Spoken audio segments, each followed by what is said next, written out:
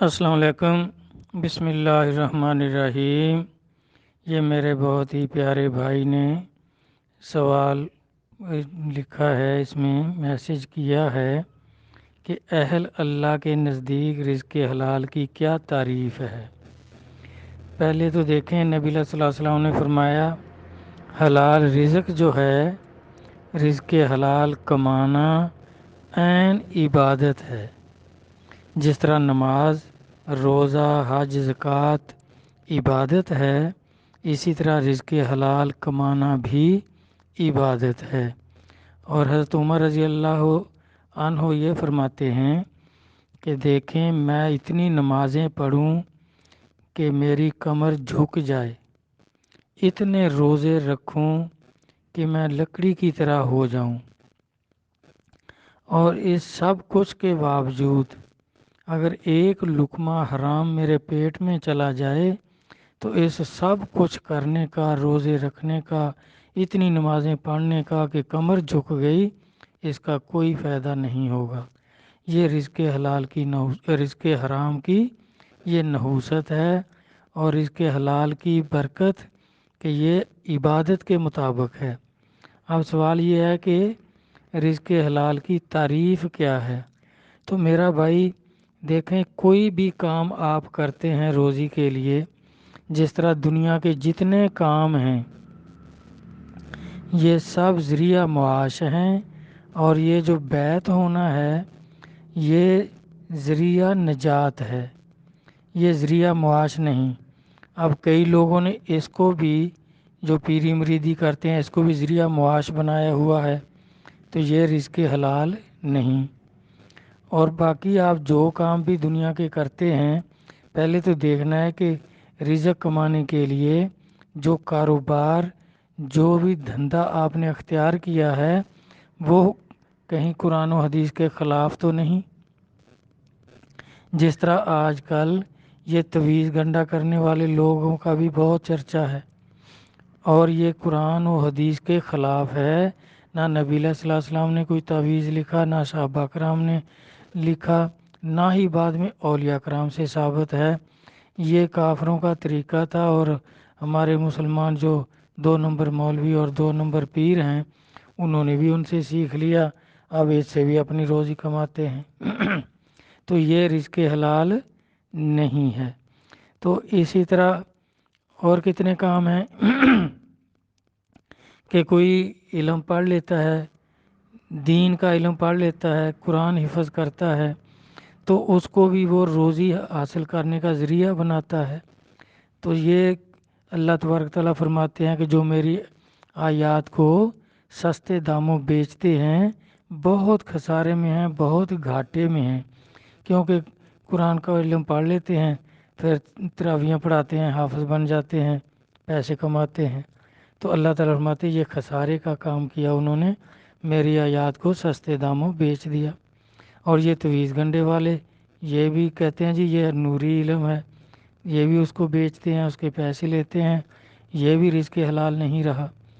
اب کوئی آدمی جاب کرتا ہے، نوکری کرتا ہے، تو اب وہ دیر سے جاتا ہے، اگر وہ آدھا گھنٹہ دیر سے جاتا ہے تو افسر بھی اس کو نہیں پوچھتا، یا افسر صاحب ہے خود ہی دیر سے آتا ہے، تو جتنی دیر مثلا آدھا گھنٹہ اگر وہ لیٹ آیا ہے تو اس آدھے گھنٹے کی بھی تو اس نے تنخواہ لی ہے، تو وہ بھی رزق حلال نہیں رہا، کیونکہ اس نے کام تو کیا نہیں اور اس کے پیسے لیے۔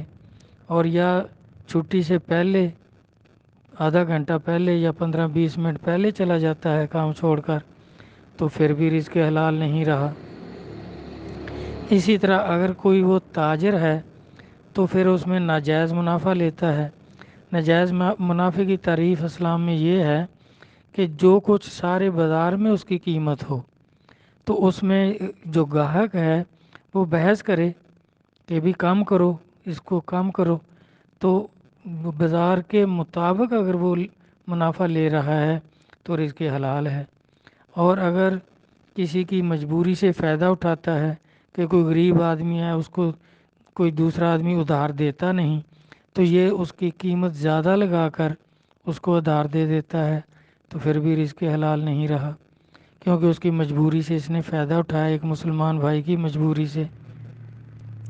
تو اس طرح جو کام بھی کرے خالصتاً کرے، مخلص ہو کر کرے، تو پھر وہ رزق حلال ہے۔ اگر اس میں وقت کی کمی کرتا ہے، جیسے اگر کوئی ٹیچر ہے تو جاتا ٹائم پر ہے، کلاس میں جا کر گپے لگاتا رہتا ہے، چائے منگوا کر پیتا ہے، بچوں سے شکر قندی منگوا کر کھاتا ہے، اور پڑھاتا نہیں، کبھی پڑھا دیا کبھی نہ صحیح، تو اس کا بھی بھائی رزق حلال نہیں رہا۔ تو رزق حلال وہی ہے جو بالکل خالصتاً جائز طریقے سے جائز اس پیشے سے کمائے، پھر اس میں اگر کچھ وہ جمع کر لیتا ہے تو اس کی زکوٰۃ بھی ادا کرے۔ اگر سال بھر اس کے پاس کچھ پیسے جمع رہتے ہیں تو 2.5% کے حساب سے اس کی زکوٰۃ ادا کرے۔ اور اگر اس کا ہمسایہ حقدار ہے، غریب ہے، تو اس پر بھی خرچ کرے۔ یہ نہیں کہ کما لے بس حلال تو پھر خرچنے کے وقت اس کو حرام کر لے، یہ بھی غلط ہے کہ پھر اس سے شراب منگوا لیتا ہے، تو اس سے اس نے اپنے حلال کمائی کو حرام کر دیا۔ اور اگر ہمسائے کا حق نہیں دیا پھر بھی وہ رزق حلال نہیں رہا۔ اگر مسافر کا، درویشوں کا حق نہیں دیا پھر بھی وہ رزق حلال نہیں رہا۔ اور سال بھر اس کے پاس جو رقم جمع رہی تو اس پر زکوٰۃ ادا نہیں کی تو پھر بھی وہ رزق حلال نہیں رہے گا۔ تو اس طرح بھائی اس حلال میں اللہ تبارک تعالیٰ نے برکت رکھی ہے۔ جس طرح ابو ہریرہ رضی اللہ عنہ سے روایت ہے کہ نبی علیہ الصلوۃ والسلام نے 20 کلو جو ان کو عطا کیے اور فرمایا جب تک زمین پر کوئی کھلم کھلا ظلم نہیں ہوگا یہ رزق تیرے لیے کافی ہے، جو تجھ سے ختم نہیں ہوگا۔ تو وہ نبی علیہ الصلوۃ والسلام کی جو حیات مبارک تھی اس میں بھی وہ 20 کلو جو تھے وہ کھاتا رہا۔ کہتا ہے کہ اس میں کئی دفعہ میں نے خیرات بھی کی۔ اور پھر صدیق اکبر رضی اللہ عنہ کے 2.5 سال، حضرت عمر رضی اللہ عنہ کے 12 سال، حضرت عثمان غنی رضی اللہ عنہ کے 13 سال، وہ رزق حلال ختم نہیں ہوا، اس میں اتنی برکت ہوئی۔ اور جس دن حضرت عثمان غنی رضی اللہ عنہ کو باغیوں نے شہید کیا تو کہتا ہے لوگوں کو ایک غم ہوا کہ خلیفہ کو ناحق شہید کر دیا، تو مجھے 2 افسوس ہوئے کہ جب میں نے گھر آ کر دیکھا تو وہ میرا بورا جو تھا وہ بھی خالی تھا، وہ جو ختم ہو گئے، اس کی برکت ختم ہو گئی تھی۔ تو حلال میں اس قدر برکت ہوتی ہے، تھوڑا رزق بھی بہت ہو جاتا ہے لیکن حلال ہو، صحیح طریقے سے، صحیح پیشے سے، اور اس کا صحیح حق ادا کر کے کمائی کرے تو بھائی وہ رزق حلال ہے۔ اور حرام کی نوست کتنی ہے، حلال کی برکت کتنی ہے۔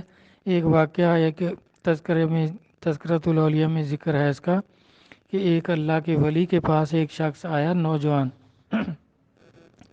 تو کہنے لگا حضرت مجھے بھی یہ طریقت کا راستہ جو ہے، یہ اللہ کی معرفت کا راستہ یہ سکھا دو، مجھے بہت شوق ہے، مجھے بیعت کر لو تاکہ مجھے بھی اللہ کا تعلق، اللہ کی معرفت نصیب ہو جائے۔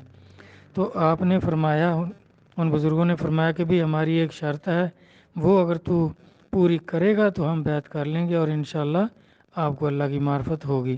اس نے کہا جی آپ جو شرط بتائیں مجھے منظور ہے۔ تو آپ نے فرمایا تو اپنے گھر جا، ساری پراپرٹی بیچ دے اور ساری رقم لے آ، اور اس کو پھر اللہ کی خاطر دینا ہے، یہ تو کر سکتا ہے؟ اس نے کہا جی میں کر سکتا ہوں۔ وہ گیا، اس نے ساری اپنی پراپرٹی جو تھی وہ بیچ دی اور وہ پیسہ جو تھا وہ لے آیا آپ کے پاس کہ جی آپ بتائیں کس کو دوں۔ تو آپ نے فرمایا اب شہر چلا جا، وہاں دیکھتے رہنا، سارے شہر میں چکر لگانا، جو سب سے زیادہ حقدار آپ کو معلوم ہو اس کو یہ دے آنا۔ تو وہ شخص شہر چلا گیا، کوئی ایک مجبور دیکھے کوئی مانگ رہا ہے، کوئی کچھ کر رہا ہے، ایک غریب دیکھے اس سے آگے جائے تو اس سے زیادہ اور حقدار نظر آئے۔ تو ایسے چلتے چلتے ایک جگہ پہنچا تو اس نے دیکھا ایک اندھا فقیر ہے اور وہ رو رو کر کہہ رہا ہے کہ میں 3 دن کا بھوکا ہوں، میرے بچے بھی بھوکے ہیں، میرا کوئی روزگار نہیں ہے، میں کچھ کر نہیں سکتا، تو کوئی اللہ واسطے مجھے کھانا کھلا دے، کوئی پیسے دے دے جس میں اپنے بچوں کو بھی کھانا کھلا سکوں۔ تو اس نے سوچا کہ اس سے زیادہ حقدار تو اور کوئی نہیں ہے۔ اس نے وہ ساری رقم اس اندھے فقیر کو دے دی، نبینے فقیر کو دے دی اور واپس آ گیا۔ تو دوسرے دن آپ نے پھر بھیجا کہ اب جا کے دیکھ وہ اندھا کیا باتیں کرتا ہے۔ تو وہ سیدھا اس کے پاس چلا گیا، تو وہاں کیا دیکھتا ہے کہ ایک دوسرا اور نبینا بھی اس کے پاس آیا ہوا ہے۔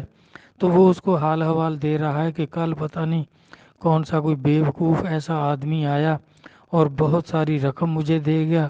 میں نے ساری رات فلاں جو مشہور ناچنے والی ہے اس کا مجرا دیکھا، شراب پی، کباب کھائے، بڑے مزے اڑائے۔ تو وہ دوسرا نبینا کہہ رہا ہے یار تو مجھے بھی اطلاع دیتا۔ اب دیکھیں اندھے ہیں، مجرا دیکھ رہے ہیں، کس طرح دیکھ رہے ہیں۔ اب یہ بس اللہ معافی دے ایسے لوگوں کے اعمال سے۔ تو وہ دیکھ کر واپس آ گیا، آ کر کہنے لگا حضور میں تو حقدار سمجھ کر اس کو دے کر آیا تھا، لیکن وہ تو بڑا بدماش نکلا۔ تو اس نے تو یہ شراب پی اور مجرے دیکھے اور پتہ نہیں کیا کیا کیا، اس نے تو بہت غلط کام کیے۔ تو آپ نے پھر کیا کیا، اپنے پاس سے 10 روپے دیے کہ آپ پھر شہر جا، اب تو ایسا کرنا حقدار بھی نہیں دیکھنا، جو جاتے ہی سب سے پہلے آدمی آپ کو ملے، شہر داخل ہونے کے وقت جو سب سے پہلے ملے اس کو یہ 10 روپے دے دینا، اور پھر اس کا بھی پیچھا کرنا کہ وہ کیا کرتا ہے۔ تو وہ چلا گیا، جب شہر میں داخل ہونے لگا تو اس نے دیکھا کہ ایک سفید پوش آدمی سفید ریش اور سفید چادر اوپر لی ہوئی ہے، تو وہ شہر کی طرف جا رہا ہے، داخل ہونے لگا شہر میں۔ تو اس نے سوچا کہ یہ تو کوئی بہت امیر آدمی ہے، اب اس کو کیسے دوں 10 روپے، یہ ناراض ہی نہ ہو جائے کہ کیا مجھے تو بھکاری سمجھتا ہے۔ لیکن اس نے کہا پیر و مرشد کا حکم ہے۔ اس نے عرض کی کہ حضور یہ آپ کی نیاز ہے 10 روپے۔ تو اس نے بالکل خاموشی سے وہ 10 روپے پکڑے اور جیب میں ڈال لیے۔ تو وہ جنگل کی طرف سے آ رہا تھا، تو پھر واپس جنگل کی طرف ہی ہو گیا، شہر کو نہیں گیا۔ تو وہ بھی اس کے پیچھے ہو گیا تھوڑی دور ہٹ کر کہ اس کو یہ بھی نہ محسوس ہو کہ میرا پیچھا کر رہا ہے۔ تو وہ اس کے پیچھے چلتا گیا، تو وہ تھوڑی دور جا کر تو ایک جھاڑی کے اوپر سے ہو کر پھر واپس شہر کی طرف آ گیا۔ تو اس کو سمجھ نہیں آئی کہ یہ کیا کرنے گیا ہے۔ تو اس نے پوچھ ہی لیا کہ حضور میرے پیر و مرشد کا حکم ہے ایسے، یہ میں نے آپ کو نیاز دی ہے، تو آپ پہلے بھی شہر جا رہے تھے، پھر واپس چلے گئے جنگل، اور آپ پھر شہر کی طرف آ رہے ہیں، ماجرا کیا ہے؟